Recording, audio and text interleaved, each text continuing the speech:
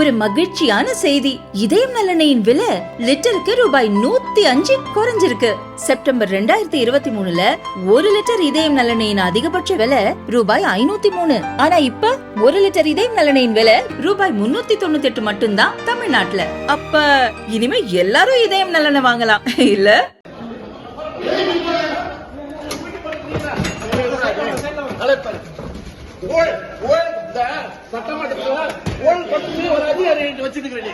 புதுச்சேரி சட்டசபை கூட்டத்தொடர் நடந்து வருகிறது.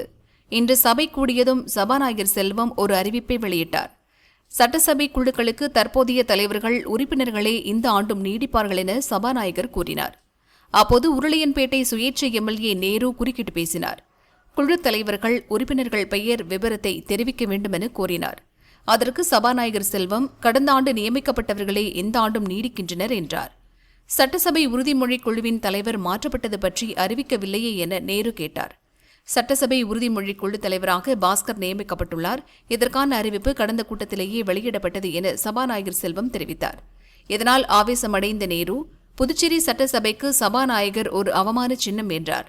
தாந்தோன்றித்தனமாக சபாநாயகர் நடக்கிறார் என குற்றம் சாட்டி ஒருமையில் சபாநாயகரை விமர்சித்து பேசினார்.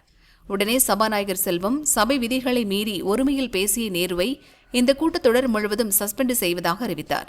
ஆனால் வெளியே செல்ல மறுத்து நேரு சட்டசபைக்குள்ளேயே இருந்தார். சபை காவலர்களை அழைத்து நேருவை வெளியேற்ற சபாநாயகர் உத்தரவிட்டார். இதையடுத்து சபை காவலர்கள் நேருவை குண்டுக்கட்டாக தூக்கிச் சென்று சபைக்கு வெளியே கொண்டு போய்விட்டனர்.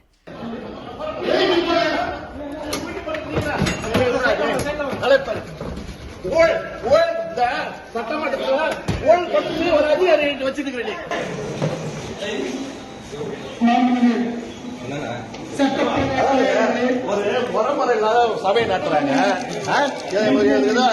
ஏதாவது ஒரு அர்த்தமான ஒரு சபை நடக்குதா? இங்க மக்கள் பிரச்சனை பத்தி பேசுறது வாங்கிக்கா உடனே உட்கார வைக்கிறது. ஒரு குழு தலைவர் போடுறாங்கன்னாக்கா அதை வந்து படிக்கணும், பேரை படிக்கணும். எதுவுமே இல்லாத தாண்டோடித்தனமா ஒரு சபை நடத்துற ஒரு சபாநாயகர் இது வந்து முன்னவர் வந்து இதெல்லாம் வந்து வேலை பார்க்கல. நேரு சட்டசபை உறுதிமொழி குழு தலைவராக இருந்தார். 2 மாதத்திற்கு முன் நேரு உள்ளிட்ட சுயேட்சை எம்எல்ஏக்கள் சேர்ந்து சபாநாயகர் செல்வம் மீது நம்பிக்கையில்லா தீர்மானம் கொண்டு வந்தனர். அதைத் தொடர்ந்து சட்டசபை உறுதிமொழி குழு தலைவர் பொறுப்பிலிருந்து நேருவை சபாநாயகர் செல்வம் நீக்கினார். இதனால் இருவருக்கும் கருத்து மோதல் இருந்து வந்தது. நேற்று மானிய கோரிக்கை மீதான விவாதத்தில் நேரு பேசினார். நீண்ட நேரம் பேசியதால் பேச்சை முடிக்கும்படி சபாநாயகர் செல்வம் கூறினார். படிக்க வைத்திருந்த குறிப்புகளை கோபத்துடன் வீசி எறிந்துவிட்டு நேரு உட்கார்ந்தார்.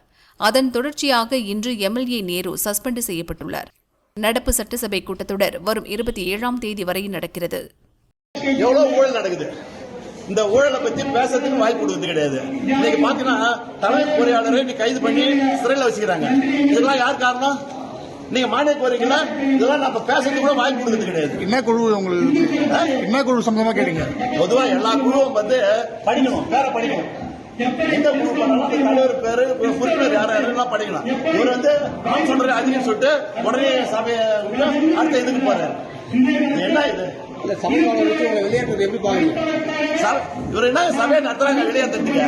இது மக்கள் பார்த்துட்டு இருக்கிறாங்க. இது வந்து குறிப்பிட்ட இன்னைக்கு சட்டமன்றம் நம்ம தமிழ்நாட்டு நடக்குது. நீங்க மானிய கோரிக்கை டைம் கொடுத்து பேசுறதுக்கு வாய்ப்பு கொடுத்து ஒவ்வொரு இன்னைக்கு ஏறக்குறைய 38 துறை இருக்குது நம்ம இதுல. ஒரு துறைக்கு 2 நிமிஷம் பேசினா கூட எவ்வளவு ஆகுங்க டைம்? அப்ப வந்து ஏறக்குறைய ஒரு 1.5 மணி நேரம் ஆகும். அந்த 1.5 மணி நேரம் கூட சபை நடத்துறதுக்கு துப்பு இல்லாத ஒரு சபாநாயகர் ஒரு 10 நாள்ல சபையை முடிச்சுட்டு எங்க போறீங்க? இன்னைக்கு ஒவ்வொரு மாநிலம் 2 வேளை 3 வேளை நடத்துறாங்க ஒரு விஷயத்துக்கு. இன்னைக்கு ஒரு விஷயத்துல ஒரே தடவை நடத்திட்டு இடையில ஒரு மணி நேரம் நடத்துவாங்க. ஆனா அதுக்கு மேல அதுக்கு எதுக்கு சட்டமன்றம்? சட்டமன்றமே தேவையில்லை. இது வந்து ஊழல் பண்றதுக்கும் நீங்க அதிகாரம் பண்றதுக்கும் இன்னைக்கு இந்த வாய்ப்பை பயன்படுத்தின்னு கொள்ளை அடிச்சுட்டு தான் இந்த சட்டமன்றம் இருக்குது.